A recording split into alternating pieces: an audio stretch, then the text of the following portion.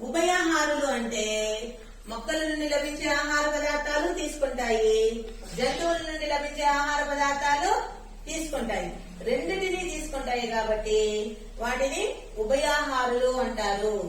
ఈ ఉభయాహారుల్లో దంతాలు కానీ చూసినారంటే పదునైన కొరికే దంతాలు ఉంటాయి, బలమైన నమిలే దంతాలు ఉంటాయి, పొడవుగా ఉండే చీల్చే దంతాలు ఉంటాయి.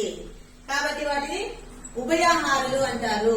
ఉభయాహారులకు ఉదాహరణ ఎలుగుబంటి, కోడి, ఎలుక, చేప, నెమలి, కోతి, చిలుక, రామచిలుక, పిచ్చుక, రామచిలుక.